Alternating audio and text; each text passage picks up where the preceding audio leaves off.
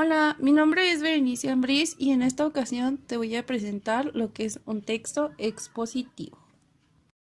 Si bien sabemos, existen textos literarios y no literarios, pero en esta ocasión presentaré un texto no literario, pues un texto no literario es aquel texto que tiene como fin la transmisión de información o la comunicación de ideas o mensajes a través de un lenguaje denotativo, como son texto descriptivo, texto argumentativo, texto informativo, texto científico, textos técnico, entre otros. Y por supuesto, el texto expositivo, que en esta ocasión abordaré las particularidades de dicho texto.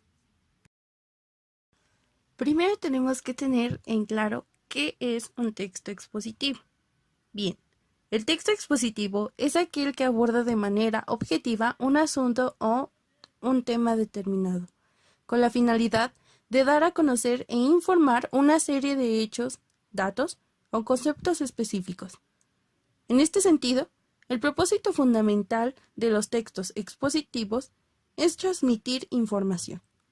El texto expositivo tiene como objetivo mostrar en detalle la naturaleza del asunto, problema u objeto de análisis.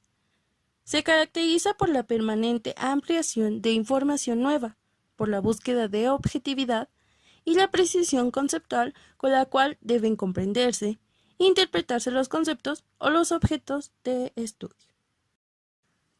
Los textos expositivos se diferencian y caracterizan de los demás textos principalmente por su estructura para organizar la información y estilo de redacción.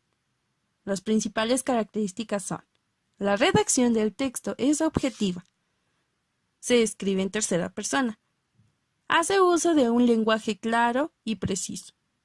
Se apoya en el uso de recursos como los conectores, la comparación o la enumeración para facilitar la fluidez discursiva. Estos textos, a diferencia de otros géneros textuales, no responden a una superestructura común, sino que se ajustan a las maneras básicas, es decir, los subtipos, de organizar la información, como es definición-descripción, clasificación-tipología, comparación-contraste, pregunta-respuesta, problema-solución, causa-consecuencias, e ilustraciones o representaciones gráficas de un fenómeno particular.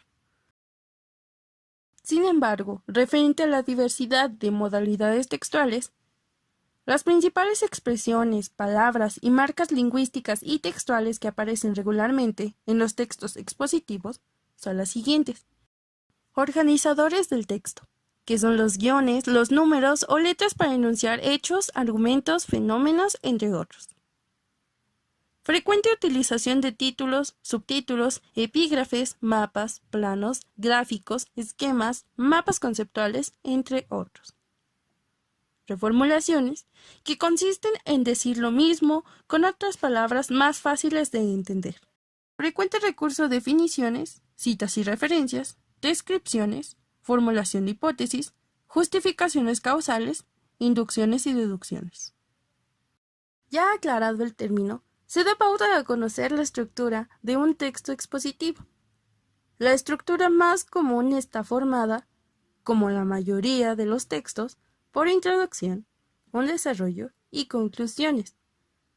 En la introducción es donde se da a conocer el tema que será abordado, el enfoque que se empleará y los puntos o aspectos de mayor interés. El desarrollo parte del texto en el cual se expone de manera clara y ordenada la información relativa del tema que se está abordando. Y por último, la conclusión. Es la síntesis de la información presentada donde se destacan los aspectos más relevantes del tema. Sin embargo, también tenemos la sugerencia de Calfee y Carley. Bien, una vez sabiendo qué es, para qué, las características, estructura y organización de un texto expositivo, podemos ahora dar pauta a saber cómo es que realizaremos nuestro texto expositivo. Primero debemos de elegir un tema. Este tema puede variar e incluso puede ser de tu interés. Debemos de saber el tipo de exposición. La elección de subtipo, que como ya te mencioné, es una cuestión que se debe de retomar muy importante. La documentación, es decir, la investigación en diversas fuentes de consulta, como son libros, internet o entre otros. Es decir, los diccionarios también ayudan mucho para este tipo de textos. Posteriormente se hace la organización de la información y así poder elaborar un borrador previo. Por último, está la redacción final del texto expositivo. Pero no olvidemos que este tipo de textos buscan la mayor objetividad. Y por último, es algo opcional, pero que quedaría excelente en un texto expositivo, serían las fotografías, es decir, los anexos o las referencias para que se haga más fácil la lectura de este tipo de texto.